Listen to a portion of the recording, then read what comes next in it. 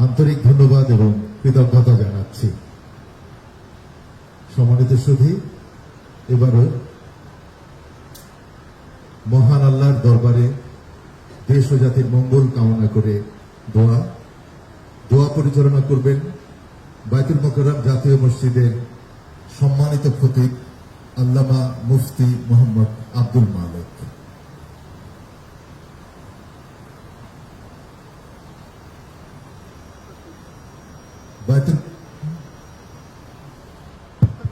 বায়তুল মোকাররম জাতীয় মসজিদের সম্মানিত খতিব আল্লামা মুফতি মোহাম্মদ আব্দুল মালিককে দোয়া পরিচালনার জন্য বিনীতভাবে অনুরোধ করছি।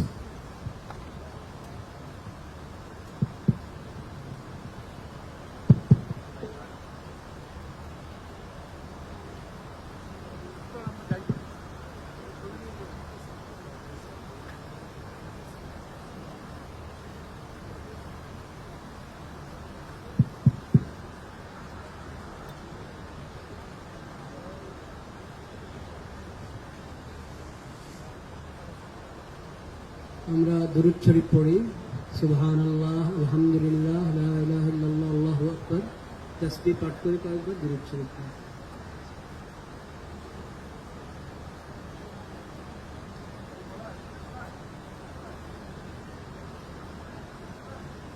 আলহামদুলিল্লাহি রাব্বিল আলামিন ওয়াসসালাতু ওয়াসসালামু আলা সাইয়্যিদিল মুরসালিন ওয়া আলা আলিহি ওয়া সাহবিহি আজমাইন। বাংলাদেশে জাতির পিতা বলে কিছু থাকা যাবে না। আগে যারা ছিল তাদের জাতির পিতা ছিল শেখ মুজিবুর রহমান। আপনারা আসবেন, আপনারা এসে বলবেন জাতির পিতা জিয়াউর রহমান, এটা চলবে না। 1947 নাই মানে এই দেশে মুসলমানদের 190 বছরের ব্রিটিশ বিরোধী আন্দোলনের কোনো স্বীকৃতি নাই। বাংলাদেশ 1971 শুরু হয়নি, ওটা ডাহা মিথ্যা কথা। বাংলাদেশের নিজের সংস্কৃতি, কৃষ্টি, কালচার প্রমোট করতে হবে, যেটা উসমান হাদি বলেছে কালচারাল ফ্যাসিজমের বিরুদ্ধে আমাদেরকে লড়াই করতে হবে, যে কারণে তাকে জীবনও দিয়ে দিতে হলো। ভারতীয় আধিপত্যের কালচারাল হেজিমনি, তার যতগুলো চিহ্ন আছে তার মধ্যে একটা বড় চিহ্ন হচ্ছে রবীন্দ্রনাথ ঠাকুরের শিরকি জাতীয় সঙ্গীত। এই জাতীয় সঙ্গীত বাদ দিয়ে দিতে হবে। কারো কাছে কোনো এক রাজনৈতিক দলের কাছে বিক্রি হয়ে গেলাম রাজনীতির কথা বলতে গিয়ে, আলহামদুলিল্লাহ আব্দুর রাজ্জাক বিন ইউসুফের ছেলে, ওই জন্য ইনশাআল্লাহ জন্ম হয়নি। আল্লাহ যদি আমাকে কবুল করে তো আমাকে দিয়ে বাংলাদেশে পূর্ণাঙ্গ বিপ্লবের যদি আল্লাহ সুবহানাহু ওয়া তাআলা কবুল করে করুক, আর আল্লাহ সুবহানাহু ওয়া তাআলা যদি কবুল না করে তো আমার জায়গা থেকে এই দাওয়াতের মধ্যেই সীমাবদ্ধ। আগামী 50 বছর পর বাংলাদেশে এরকম যুবক তৈরি হবে যারা ইসলামী বিপ্লব, পূর্ণাঙ্গ ইসলামী বিপ্লব করবেই করবে। আজ না হলে ঈসা আলাইহিস সালামের যুগে হবে, কিন্তু আমরা বিক্রি হওয়ার মধ্যে নই ইনশাআল্লাহ। আসসালামু আলাইকুম শায়েখ, আপনি ইদানিং বিভিন্ন জায়গায় রাজনীতি নিয়ে বক্তব্য দিচ্ছেন, যা নিয়ে অনেকে সমালোচনা করছে, এই বিষয়ে কিছু বলবেন? যতগুলো প্রশ্ন আসছে তার মধ্যে এটা অনেক গুরুত্বপূর্ণ একটা প্রশ্ন। তো আসলে রাজনীতি, নবীরাও যখন আল্লাহ সুবহানাহু ওয়া তাআলা দাওয়াত দিতে বলেছেন তখন মুসা আলাইহিস সালামকে বলেননি যে মুসা তুমি জাদুরানিতে গিয়ে বা মিশরের উমুক এলাকায় গিয়ে দাওয়াত দাও, ডাইরেক্ট ইযহাব ইলা ফিরাউন, ক্ষমতার মসনদে আঘাত। মুসা আলাইহিস সালামকে দাওয়াত দিতে কোথায় পাঠালো? ইযহাব ইলা ফেরাউনের কাছে গিয়ে দাওয়াত দাও, মানে ডাইরেক্ট ক্ষমতার মসনদে যে আছে ওকে দাওয়াত দাও। ইব্রাহিম আলাইহিস সালাতু ওয়াস সালামকে কোথায় পাঠালো? ডাইরেক্ট নমরুদ। তো নবীরা যারা পৃথিবীতে এসেছেন তারা জয়লাভ করুক অথবা না করুক, তাদের দাওয়াতের যে মানহাজ ছিল, এই দাওয়াতের মানহাজের একটা পার্ট অবশ্যই যারা সমাজের দায়িত্ব পালন করতেছে, যারা রাষ্ট্র এবং দেশ চালাচ্ছে, তাদের কাছে আপনাকে দাওয়াত দিতেই হবে। এটা নবীদের রাজনীতি। এবং এই দাওয়াতটা যদি নিঃস্বার্থ হয়, ওই যে লবিং, লিয়াজু, ঠিক আছে, আমার দুনিয়াবি কোনো স্বার্থ, আমাকে এটা দেন, আমাকে এটা দেন, এরকম দুনিয়াবি স্বার্থে যদি দাওয়াত হয়, ওই দাওয়াতে কোনোদিন বিপ্লব তৈরি হবে না। ওই দাওয়াতে কোনোদিন কি তৈরি হবে না? বিপ্লব তৈরি হবে না। আজকে যেহেতু প্রশ্ন করেছে এই জন্য বলেই দিচ্ছি, এই যে তারেক রহমান সাহেব এসেছে ইংল্যান্ডে, তার সাথে আমার দেখা হয়েছিল অন্তত 30 থেকে 40 মিনিট ফেস টু ফেস তার সাথে আমি কথা বলেছি। আমি তার সাথে কথাই শুরু করেছিলাম এটা দিয়ে যে আজকে আমি এখানে আসার আগ পর্যন্ত যতজন আপনার কাছে এসেছে এরা দুনিয়াবি স্বার্থ নিয়ে আসবে, আর আমি আজকে এখান থেকে চলে যাওয়ার পরও হাজারো মানুষ আপনার সাথে দেখা করতে আসবে, দুনিয়ার স্বার্থে আসবে। কারো একটা সিট দরকার, কারো একটা আসন দরকার, কারো একটা পদ দরকার, কত কি দরকার। কিন্তু আমি আব্দুল্লাহ বিন আব্দুর রাজ্জাক এসেছি 4টা কথা বলবো বাংলাদেশের স্বার্থে। যদি করতে পারেন বাংলাদেশের উপকার হবে। এবং এই যে চারটা কথা আমি ওনাকে বলেছিলাম, ওইটার পক্ষেই আমরা ন্যারেটিভ তৈরি করার চেষ্টা করি, যেটাই বাংলাদেশ। ওনাকে বলেছিলাম, ১ নাম্বার, মুসলমানেরা যে ১৯০ বছর ব্রিটিশ বিরোধী সংগ্রাম করলে আর স্বীকৃতি কোথায়?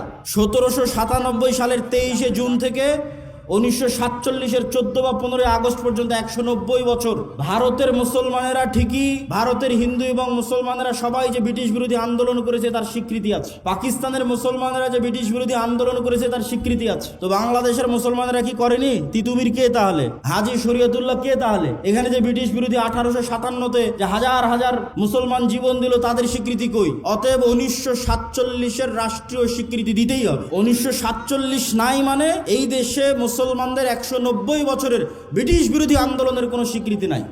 বাংলাদেশ ১৯৭১-এ শুরু হয়নি, ওটা ডাহা মিথ্যা কথা। ৭১ বাংলাদেশের একটা পার্ট, কিন্তু বাংলাদেশের শুরু অনেক আগে। ওর ধারাবাহিকতায় আপনাকে আসতে হবে, তার একটা পার্ট ৪৭। এটা একটা ওনাকে বলেছি। আর একটা ওনাকে বলেছি, বাঙালি জাতীয়তাবাদের নামে বাংলাদেশে হিন্দুয়ানি জাতীয়তাবাদ, হিন্দুত্ববাদী জাতীয়তাবাদ এবং হিন্দুয়ানি কৃষ্টি কালচার কলকাতার দাদাবাবুদের বাঙালি জাতীয়তাবাদের নামে ঢুকানো হয়। এই বাঙালি জাতীয়তাবাদের নামে হিন্দুত্ববাদী কৃষ্টি কালচারের মূলোৎপাটন করতে হবে। বাংলাদেশের নিজের সংস্কৃতি কৃষ্টি কালচার প্রমোট করতে হবে, যেটা ওসমান হাদি বলেছে যে কালচারাল ফ্যাসিজমের বিরুদ্ধে আমাদেরকে লড়াই করতে হবে, যে কারণে তাকে জীবনও দিয়ে দিতে হলো। ৩ নাম্বার বলেছি, বাংলাদেশে জাতির পিতা বলে কিছু থাকা যাবে না।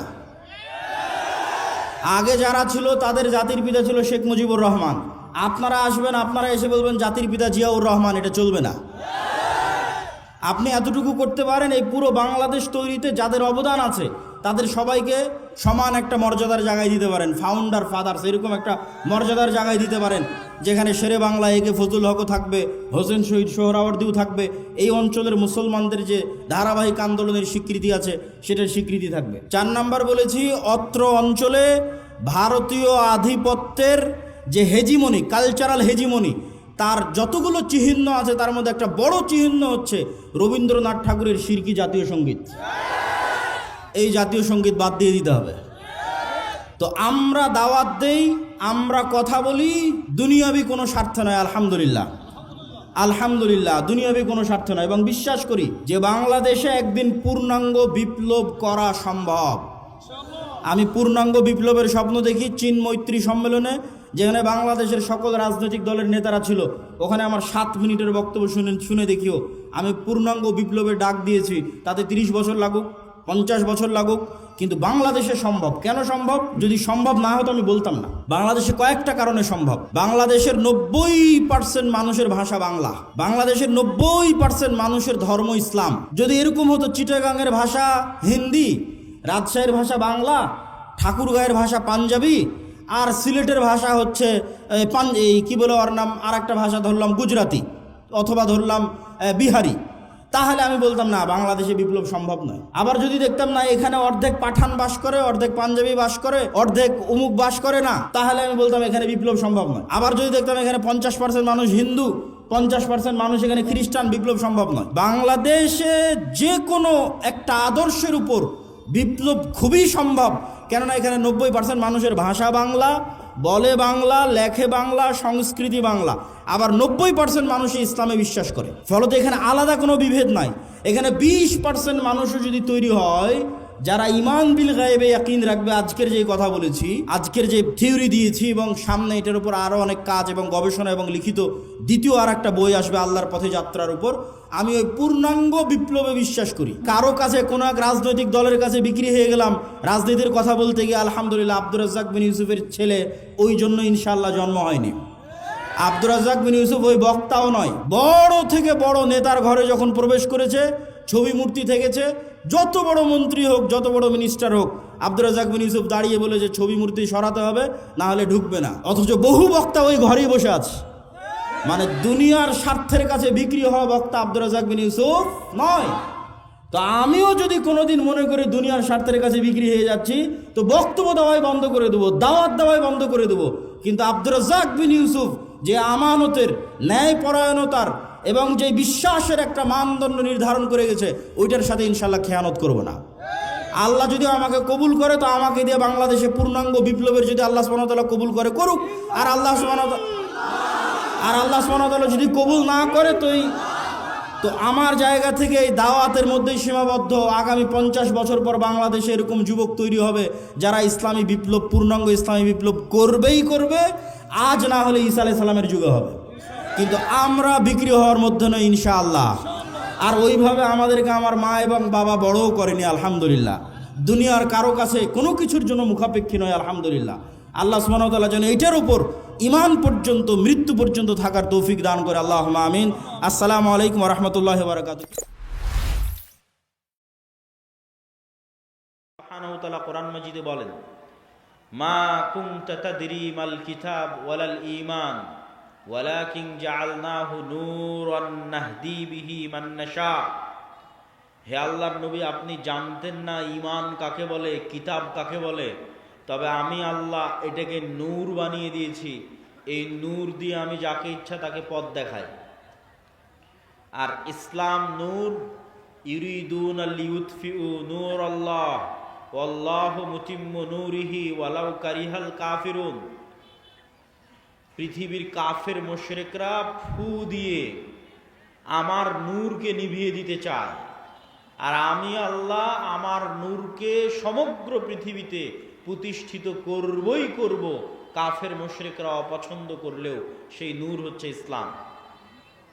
আল্লাহু মুতিম্মু নূরিহি, আল্লাহ তার নূরকে পূর্ণতা দান করবেন তথা জমিনে প্রতিষ্ঠিত করে ছাড়বেন তার নূরকে। তাহলে কি কি গেল? ফেরেশতা নূরের তৈরি, কোরআন নূর, ইসলাম নূর। এবার 4 নাম্বার, আমার এবং আপনার সৎ আমল নূর তৈরি করে। আমার এবং আপনার সৎ আমল নূর তৈরি করে। আল্লাহ সুবহানাহু ওয়া তাআলা কোরআন মাজিদে বলছেন, ইয়াউমা তারাল মুমিনিনা ওয়াল মুমিনাত নূরুহুম ইয়াসআ বাইনা আইদিহিম ওয়া বিআইমানিহিম।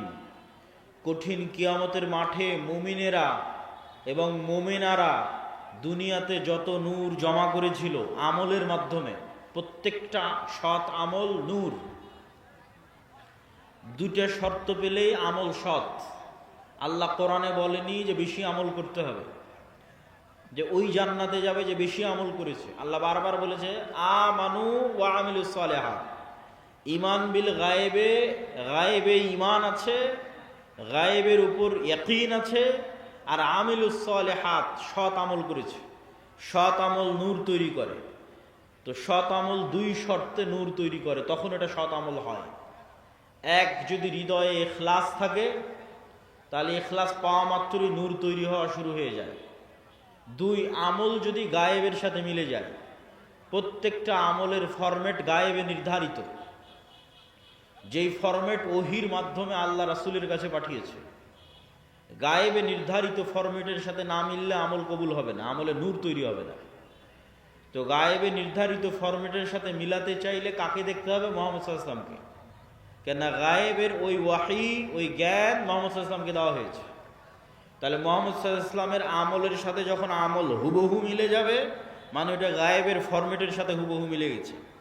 আর অন্তরে যখন ইখলাস তৈরি হবে, তখন এই আল্লাহর নবীর সাথে কাজের সাথে মিলে যাওয়া তথা গায়েবের ফরম্যাটের সাথে মিলে যাওয়া আর অন্তরে ইখলাস তৈরি হওয়া, এই 2টা যখন তৈরি হয়ে যাবে তখন আমলে নূর তৈরি হয়ে গেল।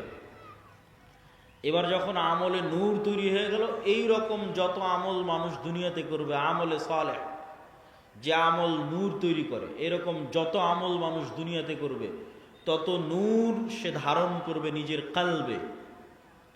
মানুষ তার কালবে নূর ধারণ করতে পারে, এটা আরেকটু পরে আরো বিস্তারিত বলতেছি। তো যখন মানুষ তার কালবে নূর ধারণ করবে আমলের মাধ্যমে, এই যে নূর গায়েব, এই গায়েবের পর্দাটা যেদিন উন্মোচন হয়ে যাবে, সেই দিন থেকে মানুষ এই নূর দেখা শুরু করবে। তো গায়েবের পর্দা কখন থেকে উন্মোচন হয়ে যাবে? যখন মানুষ মারা যাবে। মারা যাওয়া মাত্রই মানুষ নিজেই গায়েবের জগতে চলে গেছে। যে গায়েবের উপরে এতদিন ইয়াকিন রাখতো, বারজাকি জগৎ, ওই গায়েবী জগতে যখন চলে গেছে তখন গায়েবের সব কিছু উন্মুক্ত হয়ে যাবে। তখন প্রথম সে দেখবে তার আমলের নূরকে। তার আমলের নূরে তার কবর আলোকিত হবে, তার আমলের নূরে কিয়ামতের অন্ধকার আলোকিত হবে, তার আমলের নূরে সে পুলসিরাত অতিক্রম করবে। তো আল্লাহ কোরআনে বলছে, ইয়াউমা তারাল মুমিনিনা ওয়াল মুমিনাত নূরুহুম ইয়াসআ বাইনা আইদিহিম ওয়া বিআইমানিহিম। যে কিয়ামতের মাঠে মুমিন মুমিনারা দেখবে দুনিয়াতে যত নূর জমা করেছিল সে আমলের নূর তাদের ডানে এবং তাদের সামনে ছুটে চলতেছে, বিচ্ছুরিত হচ্ছে। বলেন আল্লাহু আকবার। আল্লাহ সুবহানাহু ওয়া তাআলা প্রায় 2-3 আয়াতে মানুষের আমলের নূরের কথা বলেছেন, যা কিয়ামতের মাঠে তারা দেখতে পাবে। যেমন রাসূল সাল্লাল্লাহু আলাইহি ওয়াসাল্লাম হাদিসে বলেছেন যে মানুষ যারা দুনিয়াতে উজু করেছে, উজু যদি সৎ আমল হয় তথা ইখলাস থাকে, আল্লাহর নবীর সাথে মিলে যায়, তাহলে এই উজু নূর তৈরি করে। তো কিয়ামতের মাঠে উজুর অঙ্গ প্রত্যঙ্গগুলোতে নূর জল জল করে জ্বলবে। তো দুনিয়াতে যত নূর জমা করেছে সৎ আমলের মাধ্যমে, সব নূরের প্রভাব দেখতে পাবে। তাহলে 4 নম্বর পয়েন্টে আমরা বললাম সৎ আমল নূর তৈরি করে। এবার 5 নম্বর পয়েন্ট, মানুষের অন্তরে, মানুষের কানে, মানুষের চোখে, মানুষের সামনে, মানুষের পিছনে, মানুষের উপরে, মানুষের নিচে নূর তৈরি হতে পারে। রাসূলুল্লাহ সাল্লাল্লাহু আলাইহি ওয়াসাল্লাম দোয়া করছেন, আল্লাহুম্মা জাআল ফি কলবি নূরা, হে আল্লাহ আমার কালবে নূর তৈরি করে দেন। ওয়া ফি সামঈ নূরা, আমার কানে নূর তৈরি করে দেন। ওয়া ফি বাসরি নূরা, আমার চোখে নূর তৈরি করে দেন। এভাবে বলতে বলতে ডানে বামে, সামনে পিছনে, উপরে নিচে সকল অঙ্গ প্রত্যঙ্গে তিনি আল্লাহর কাছে নূর চেয়েছেন। তো নূরের অস্তিত্ব পৃথিবীতে এত বাস্তব যে আপনার যেমন চোখের পাওয়ার সরাসরি দেখা যায় না, কিন্তু যন্ত্র দিয়ে মাপলে ধরা পড়ে চোখের পাওয়ার কম কি বেশি। বাস্তবে অনুভব করতে পারেন চোখের পাওয়ার কমে গেছে কি বেশি হয়েছে। আপনার কানের শ্রবণ শক্তি কমেছে কি বেশি আছে, এটা যেমন অনুভব করতে পারেন। মেশিন লাগাতে হয় ভালো মতো শোনার জন্য। আপনার শরীরের রক্তের মাত্রা, প্রেশার লো না হাই, সেটা যেমন মেশিন দিয়ে মাপা যায়, অথচ চোখে দেখা যায় না। আপনার রক্তের মধ্যে সুগার কতটুকু আছে সেটা যেমন মেশিন দিয়ে মাপা যায়, ধরতেই মেশিনে উঠে আসতেছে, অথচ চোখে দেখা যায় না। আপনার শরীরের তাপমাত্রা যেমন থার্মোমিটার দিয়ে মাপা যায়, অথচ চোখে দেখা যায় না। থার্মোমিটার ধরলে উঠে আসতেছে তাপমাত্রা এত। আপনার হার্ট বিটের পালস যেমন মেশিন ধরতে পারতেছে কত, অথচ চোখে দেখা যায় না। এই প্রত্যেকটা জিনিস যতটা সত্য, এই প্রত্যেকটা জিনিসে নূর তৈরি হয়, এটা তার চেয়ে বেশি সত্য। যে আপনার চোখের পাওয়ার আছে এটা যত সত্য, আপনার চোখে নূর আছে অথবা নাই এটা তত সত্য। আপনার কালবে হার্টবিট চলছে এটা যত সত্য, আপনার কালবে নূর আছে অথবা নাই এটা তার চেয়ে বেশি সত্য। আজকে এখানে যতজন উপস্থিত হয়েছেন, এখন উপস্থিত আছেন, তাদের কালবে ন্যূনতম নূর আছে দেখে আপনি এখানে উপস্থিত হয়েছেন। ন্যূনতম নূর আছে দেখে উপস্থিত হয়েছে। আর কার কালবে নূর নাই, একটুকু নাই। একটা আলামত বলি, যার কালবে চুল পরিমাণও নূর নাই, যাদের ক্ষেত্রে আল্লাহ কোরআনে বলেছেন খাতামাল্লাহু আলা কুলুবিহিম, আল্লাহ তাদের অন্তরে মোহর মেরে দিয়েছেন, মৃত হৃদয়। তো এই মৃত হৃদয়ের একটা আলামত কি? যেমন কেউ যদি পরপর 3 জুমার সালাত পরিত্যাগ করে, তো রাসূল সাল্লাল্লাহু আলাইহি ওয়াসাল্লাম বলেছেন আল্লাহ ওর অন্তরে মোহর মেরে দেয়, তথা ওই অন্তরে নূর নাই, শেষ, মৃত হৃদয়। চলছে হার্টবিট কিন্তু পশুর মতো, চলছে রক্তনালী কিন্তু পশুর মতো, তথা আর জীবিত সে নাই, কেননা তার কাল্ব জীবিত নাই, তার কাল্ব মারা গেছে, নূর নাই। নূর না থাকলে কাল্ব মৃত্যুবরণ করে। সম্মানিত উপস্থিতি, তাহলে আমরা কয়েক পয়েন্টে আপনাদের সামনে তুলে ধরলাম যে নূর পৃথিবীতে অস্তিত্বশীল, বিরাজমান, মানুষের কালবে, চোখে, কানে তৈরি হতে পারে। কোরআন নূর, ইসলাম নূর, ফেরেশতারা নূরের তৈরি, এবং মানুষের সৎ আমল নূর তৈরি করে, এবং নূর তৈরি করতে করতে আমল আসমানের দিকে উঠতে থাকে। ইলাইহি ইয়ারফাউল কালিমুত তাইয়্যিব ইয়াসআদুল কালিমুত তাইয়্যিব, সৎ কথা, সৎ বাক্য আল্লাহর দিকে উঠে যেতে থাকে, উপরের দিকে উঠে যেতে থাকে। এবং ইবনুল কাইয়্যিম রাহিমাহুল্লাহ বলছেন মানুষের রূহ নূরুন লাতীফ, মানুষের রূহ হচ্ছে এক প্রকারের সূক্ষ্ম নূর। এই জন্য রূহ দেখা যায় না, কেননা নূর অদৃশ্য, তো রূহ অদৃশ্য। কিন্তু মানুষের আত্মপরিচয় রূহের উপর নির্ভর করে। মানুষকে যদি পুনরায়ও মানুষের শরীরের সকল কিছু যদি কাজে লাগানো যায় আর যদি রূহ না দেওয়া যায় তাহলে আত্মপরিচয় ফিরে আসবে না। যেমন আইনস্টাইনের ব্রেন যদি কপি করা যায়, ইমাম বুখারীর ব্রেন যদি কপি করা যায়, বিজ্ঞান যদি এই লেভেলে পৌঁছে যায়, কিন্তু ইমাম বুখারী, আইনস্টাইন, নিউটন ওরা ফিরে আসবে না, ওদের আত্মপরিচয় ফিরে আসবে না। কেন? আত্মপরিচয় নির্ভর করে রুহের উপর। নূরুল লতিফ, ইয়াসআলুনাকা আনির রূহ কুলির রূহ মিন আমরি রাব্বি।